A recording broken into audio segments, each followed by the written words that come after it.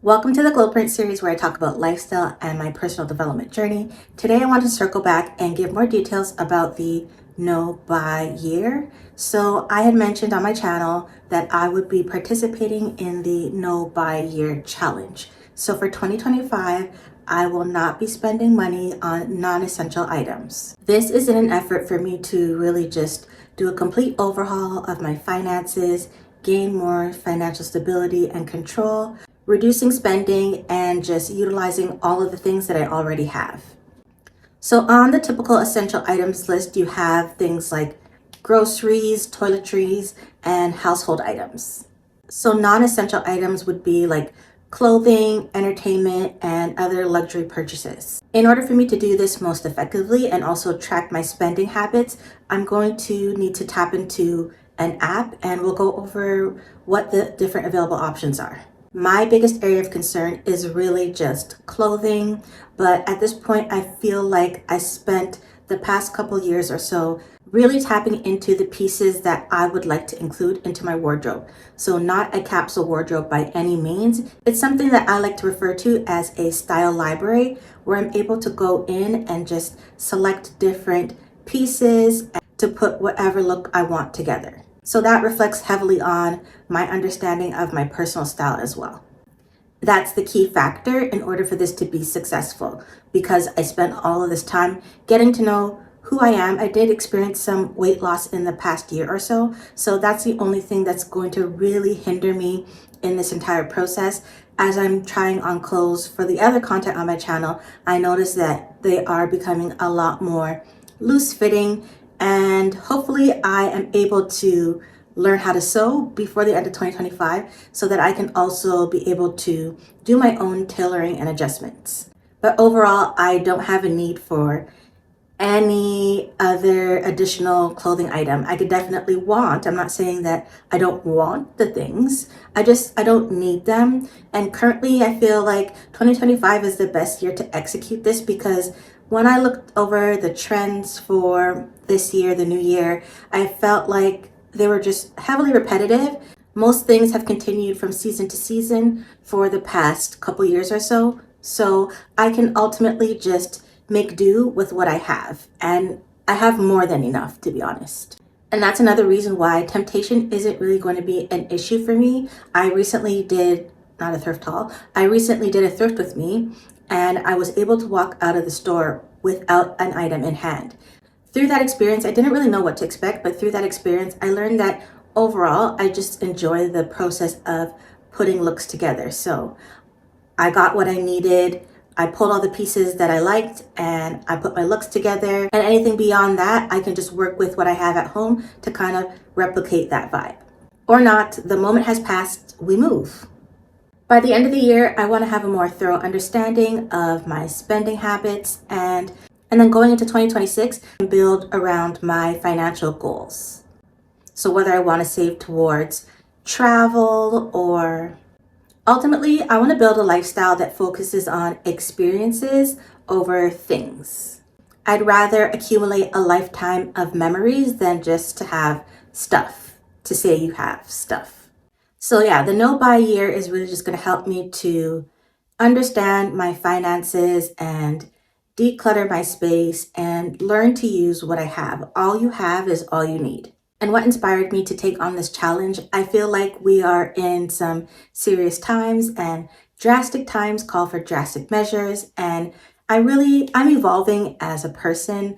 I have recently become an empty nester, and my life is just moving in a different direction where I don't have a love for things. Again, you can want things. Absolutely, I can want quality things, but currently I don't need anything. I have a plethora of items, and we'll go down in more detail in terms of my no buy list, but I have a plethora of items, options to choose from.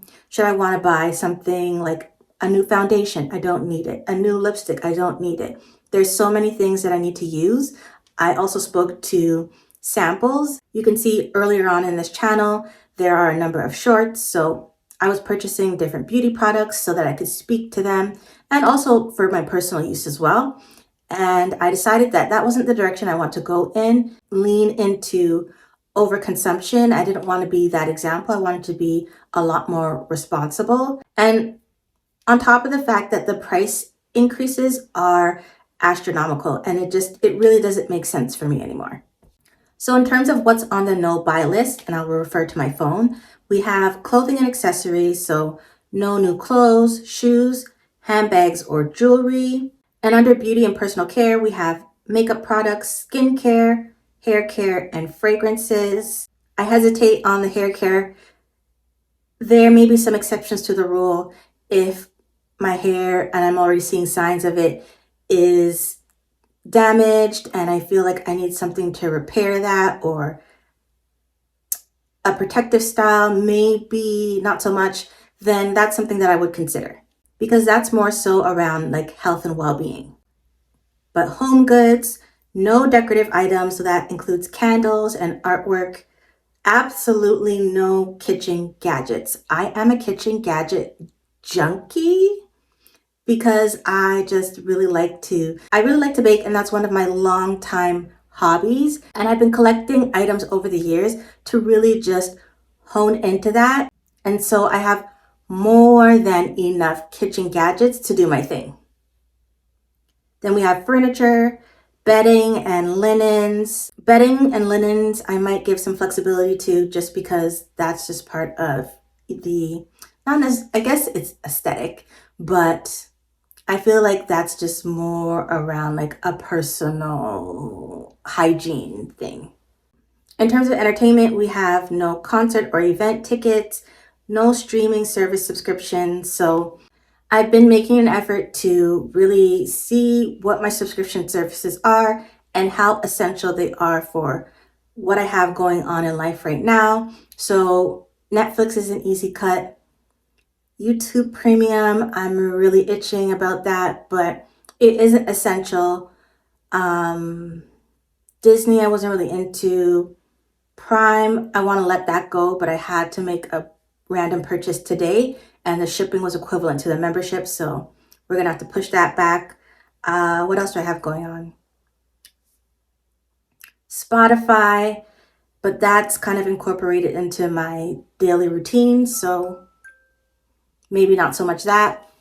I can't think of what else I have, but that's the whole reason why I also need to track my spending. And then we have books. So I spoke to Spotify. Spotify also has Audible books. I do have an Audible account that has a library of at least 50 books that I should read. So I don't need any new books at this point. I think I usually purchase a lot of how-to books and, those things on Amazon.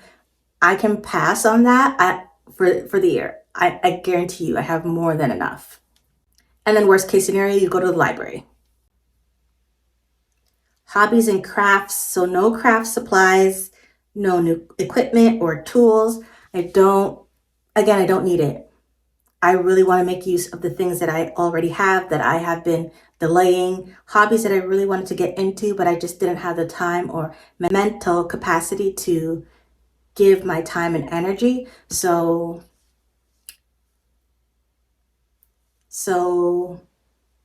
yeah, I don't need it.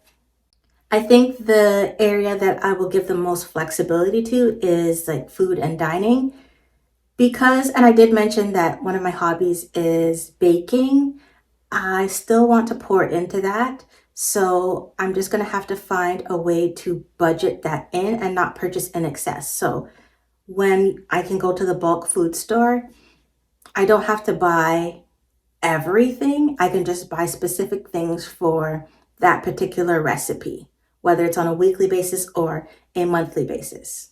And when it comes to takeout and restaurants, I don't really do restaurants currently. When it comes to takeout, I'll have a little bit of flexibility just because I know myself, and it's better to just create some type of flexibility and moderation rather than craving, and then in the end you just binge. So that's something I don't want to promote. So I might do bi-weekly, like twice a month takeout. And then we have technology and gadgets. So phones, tablets, accessories, software. I wouldn't really be doing that unless it's necessary, like if I have to buy a new phone charger. And then other than that, it's just like memberships. I don't have any of that. I actually have a good amount of equipment at home that I can use, that I should start to use for my fitness journey. So those are all the items on my non-essential list, and we're just going to work around it to make my dreams come true. We want to increase savings. We want to better our budgeting skills. We want to avoid impulse spending, so it's no longer a habit.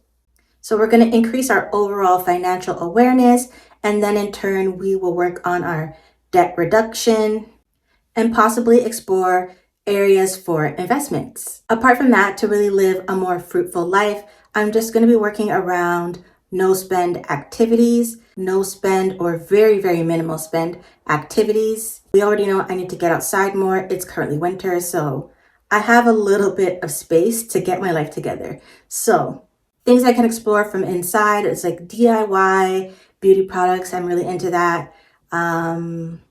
Reading. I want to dabble into painting a little bit. During the warmer months, then I have more flexibility for outdoor activities. So we'll get to that when the time comes. So we have cooking, baking, and then moving into health and wellness in terms of overall fitness. There is a budgeting app called You Need a Budget that I want to test out to see if that works for me in terms of tracking my spending,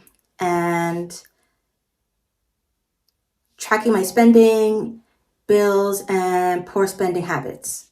And then at the end of the month, I'll do a monthly review to see where the checks and balances are.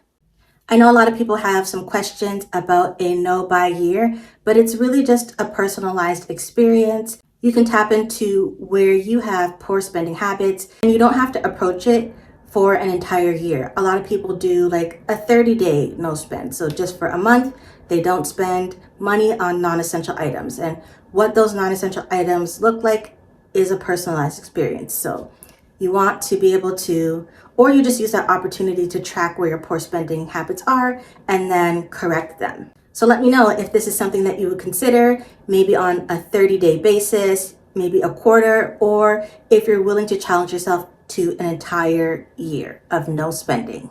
So talk to me in the comments, and I'll see you in the next video.